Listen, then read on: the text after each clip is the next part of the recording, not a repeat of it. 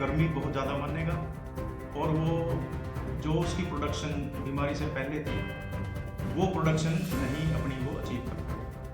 हमारा जो किसान है ना वो लग्जरी की तरफ ज़्यादा आ गया है, खेती पे ज़्यादा ध्यान, पशुओं की तरफ ध्यान नहीं है।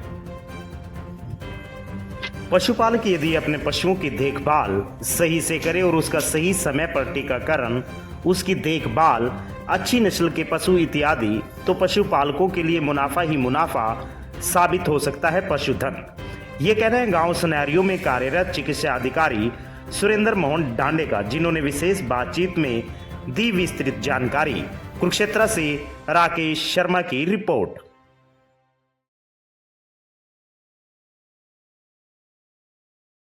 साथियों नमस्कार, आज हम पहुंचे हैं सुनारियो में बबैन खंड का गांव सनैरियो।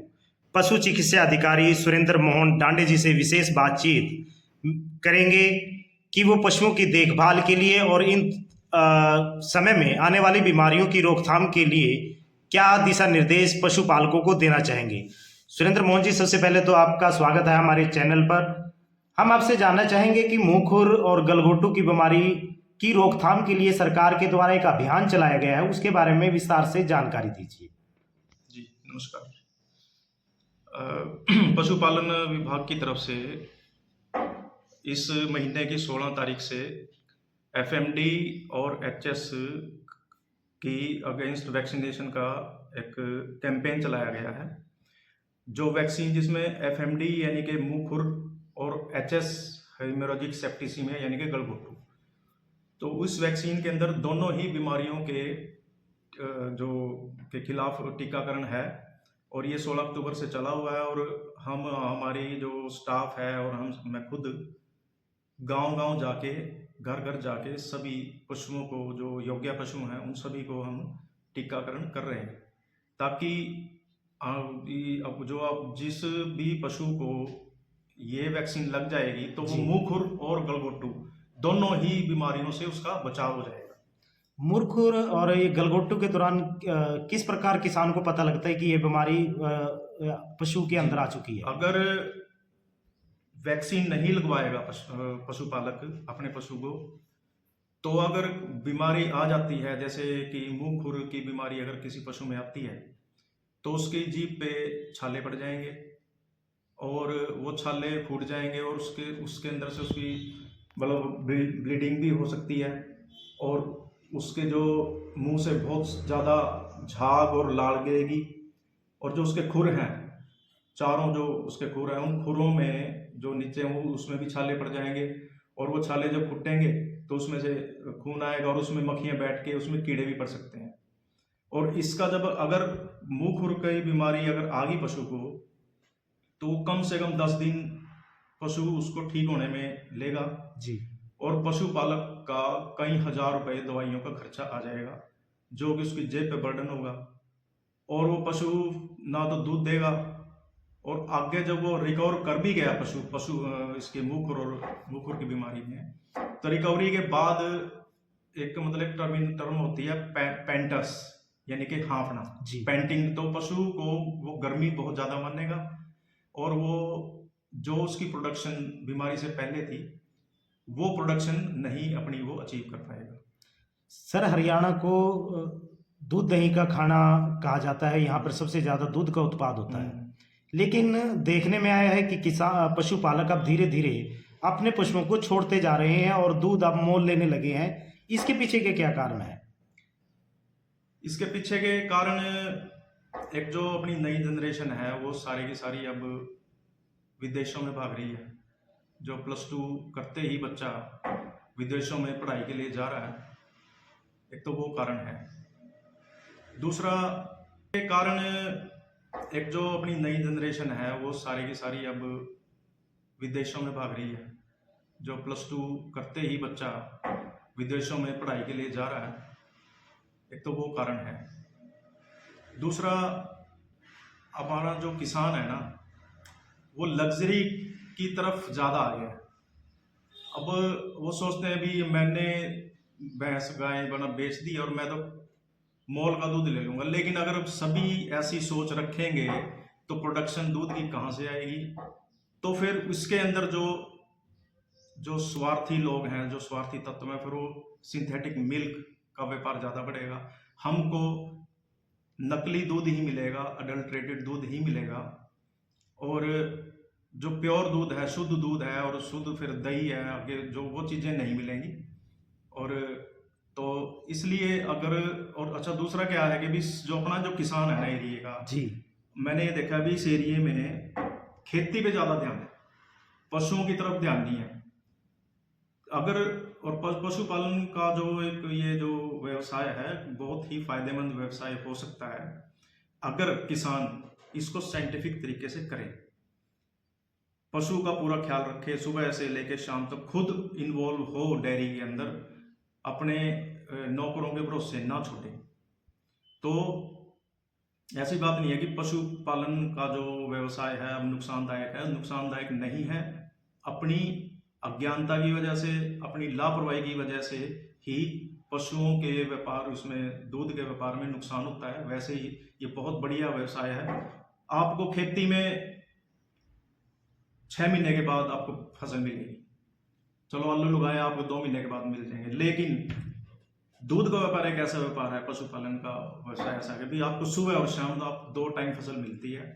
सुबह भी आप दूध निकालोगे पशु का, शाम को भी निकालोगे, आपके घर में दूध होगा और आप आगे उसको बेचोगे। और अच्छे प्योर दूध की हर जगह डिमांड है, क्योंकि प्योर दूध अब नहीं मिल रहा।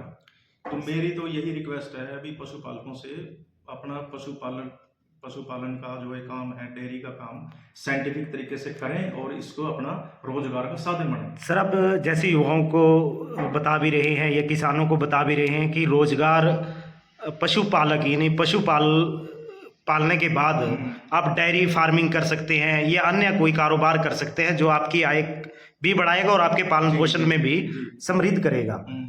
मैं आपसे जानना चाहूँगा कि जो बेरोजगार युवा है वो किस प्रकार डेयरी फार्मिंग कर सकते हैं? क्या उसके लिए कहीं आवेदन करना पड़ता है, ट्रेनिंग लेनी पड़ती है, और विभाग की तरफ से किस प्रकार के लोन उनको उपलब्ध करवाए जाते हैं, वो विस्तार से बताइए। अब जितनी भी पशुपालन विभाग की जो स्कीम्स हैं वो सभी की सभी सरल पोर्टल पे अपने वो अवेलेबल हैं। जैसे मिनी डेयरी की स्कीम है, उसमें शेड्यूल कास्ट के लिए है 2 से 3 दुधारू पशुओं की स्कीम है। जनरल के लिए 4 दुधारू पशुओं की स्कीम है, 10 भैंसों की भी स्कीम है, 20 की भी है। तो इस तरह से मतलब डेयरी के लिए मिनी डेयरी और हाईटेक डेयरी की स्कीम्स पशुपालन विभाग के द्वारा मतलब चलाई गई हैं, जो कि सरल पोर्टल पे अवेलेबल। लेकिन फिलहाल अभी सरल पोर्टल पे ये स्कीम्स बंद कर दी गई हैं, क्योंकि जो आवेदन जो है हमारे जो टारगेट्स थे डिस्ट्रिक्ट के उससे कई गुना आ गए हैं। तो जो आवेदन आ चुके हैं पहले उनको डिस्पोज करेंगे, उसके बाद ये पोर्टल खुलेगा। तो अगर आप अप्लाई करते हैं शेड्यूल कास्ट में तो जो 50% की सब्सिडी है जी, इसमें जो कंसर्न बैंक है उसमें आपकी एप्लीकेशन जाएगी, आप सरल पोर्टल पे अप्लाई करो, वो हमारे डिप्टी डायरेक्टर ऑफिस में जाएगा, फिर वो एसडी ऑफिस पशुपालन विभाग जाएगा, फिर वो हमारे पास आता है और एक कॉपी बैंक में चली जाती है। फिर बैंक उसको सैंक्शन देता है, फिर हम उसकी परचेज की डेट देते हैं। तो इस तरह से भैंस का लोन ये प्रोसीजर हो जाता है। उसके बाद फिर बैंक पैसे देता है और हमारा डिपार्टमेंट सब्सिडी देता है, स्पॉन्सर करता है, इसलिए सब्सिडी हमारा विभाग देता है। सर, एक अंतिम सवाल, आप पशुपालकों से क्या निवेदन करना चाहेंगे या क्या अपील करना चाहेंगे कि वो अच्छी तरह से अपने पशुओं का ख्याल रखें, और किन किस्म के पशु या नस्ल के पशु ज़्यादा से ज़्यादा रिकमेंडेशन विभाग की तरफ से किए जाते हैं? तो पशुपालकों को मेरा बस यही रिक्वेस्ट है या संदेश है कि भी जो आप पशु जो पाल रहे हैं, गाय और भैंस, अच्छी नस्ल की रखें। हमारे जो डिपार्टमेंट में, हमारे हॉस्पिटल में जो एआई है, कृत्रिम गर्भाधान है, जो अगर आपका पशु बोलता है या गर्मी में आता है तो सरकारी अस्पताल से ही टीका लगवाएं, क्योंकि हमारे जो बीज के टीके हैं वो हमारे जो सरकारी सीमेंट बैंक है वहाँ तैयार होते हैं और उनमें सभी तरह की बीमारियों के टेस्ट होते हैं, और वो जो टीका में किसी भी तरह की बीमारी नहीं होती। और वो जो बुल्स हैं जिनसे सीमन तैयार करते हैं वो सर्टिफाइड बुल्स होते हैं, टेस्टेड होते हैं, प्रोजनी बुल्स होते हैं वो। तो इधर उधर से ना टिक्के लगवा के सरकारी अस्पताल से लगवाएं। 30 रुपये में अपना एक सरकारी अस्पताल में टिक्का लगता है। तो आप अपनी नस्ल की तरफ ध्यान दें जी। और जो कि इससे क्या भी आपकी दूध की प्रोडक्शन भी बढ़ेगी। आप बजाय 10 एनिमल्स के अगर आप 5 भी रखते हो तो आप, लेकिन आपका मिल्क प्रोडक्शन उतनी ही रहेगी अगर आपके पास नस्ल अच्छी है तो। दूसरा वैक्सीनेशन है, जैसे मुंह खुर का है, गलघोटू है। अगर कोई हमारी टीम आती है, हम आते हैं वैक्सीन के लिए, तो कृपया मना ना करें। थोड़े से नुकसान के लिए भी दूध कम हो जाएगा या बीमार हो जाएगा। कहने का भाव भी है टीका लगाने से किसी प्रकार का कोई थोड़ी बहुत होता है, वो तो कोई दिक्कत नहीं है, 1-2 दिन के लिए होगा वो, लेकिन वो ठीक हो जाता है। लेकिन बड़ी बीमारी जो अगर मुंह खुर या गलघोटू आ जाती है तो गलघोटू में तो पशु मर ही जाता है, और मुंह खुर में अगर बच भी गया तो वो किसी काम का नहीं रहता, और पशुपालक का पैसा भी बहुत लग जाता है। इसलिए रिक्वेस्ट ये है कि आप वैक्सीनेशन करवाएं, क्योंकि अभी वैक्सीनेशन चली हुई है और ये पूरा महीना चलेगी। धन्यवाद सर आपका जी। खास बातचीत में। धन्यवाद। और कहेंगे भी कि जो आपने बात बताई, जो आपने खास बातचीत की, उससे कहीं ना कहीं किसानों को, युवाओं को जी। व अन्य वर्ग को भी जरूर लाभ होगा। धन्यवाद।